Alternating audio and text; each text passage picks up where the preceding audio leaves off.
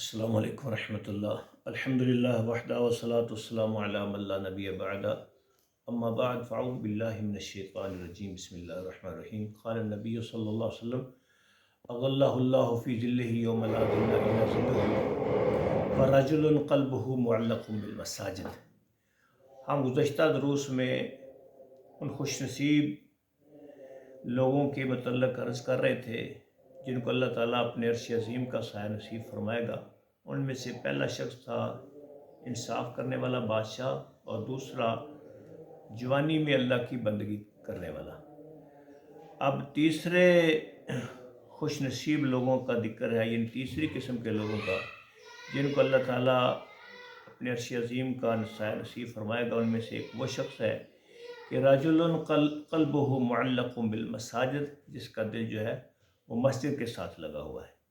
قرآن کریم میں اللہ فرماتے ہیں انما یعمر مساجد اللہ من آمن باللہ والیوم الآخر۔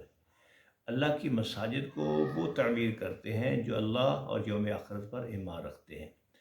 وَإِقَامَ الصَّلَاةِ وَآتَى الزَّكَاةَ، اور نماز قائم کرتے ہیں اور زکوٰۃ ادا کرتے ہیں۔ وَلَمْ يَخْشَ إِلَّا اللَّهُ، اور اللہ کے سوا کسی سے ڈرتے نہیں ہیں، یعنی ان کے دل میں صرف اللہ تعالیٰ ہی کا خوف ہے، اس کی آبادی کی، مسجد کی آبادی کا خیال رکھتے ہیں۔ جیسا کہ موطا امام مالک میں ایک حدیث ہے وَرَجُلٌ قَلْبُهُ مُعَلَّقٌ بِالْمَسَاجِدِ إِذَا خَرَجَ مِنْهُ حَتَّى يَعُودَ إِلَيْهِ، کہ مسجد کے ساتھ دل لٹکنے سے مراد یہ ہے کہ وہ مسجد سے نکلتا ہے تو دوبارہ لوٹنے تک اس کا دل اسی طرف مائل رہتا ہے۔ یہ نہیں ہے کہ ہر وقت مسجد میں بیٹھا رہتا ہے۔ اور پھر نبی علیہ السلام نے فرمایا من بنا للہ مسجدا بنى اللہ لہ بیتا فی الجنہ، جو مسجد بناتا ہے اللہ تعالیٰ اس کا گھر جنت میں بناتے ہیں۔ اب مسجد صرف بنانی نہیں ہے، اس کو آباد کرنا ہے، اس کے ساتھ پیار ہے، اس کی صفائی ستھرائی ہے، اس کی آبادی کا خیال ہے۔ نبی رحمت صلی اللہ علیہ وسلم نے ارشاد فرمایا من توضا وجاء الی المسجد فهو زائر اللہ عز وجل، جو شخص باوضو ہو کر مسجد کی طرف آتا ہے تو وہ اللہ تعالیٰ کا مہمان ہے۔ حتی علی المزور وحق علی المزور ان یکرم الزائر، اور اب جس کا وہ مہمان بن کے آیا ہے اس پر لازم ہے کہ اپنے مہمان کی عزت اور تکریم کرے۔ اللہ تعالیٰ اس بندے کی عزت و تکریم جنت کی صورت میں فرماتے ہیں۔ حضور علیہ السلام نے فرمایا من غدا الی المسجد اور راحہ، جو صبح یا شام مسجد کی طرف آیا، عد اللہ لہ فی الجنت نزلا، اللہ ضیافت کے طور پر اسے جنت عطا فرماتے ہیں۔ کلما غدا اور راحہ، وہ صبح کو آئے یا شام کو آئے۔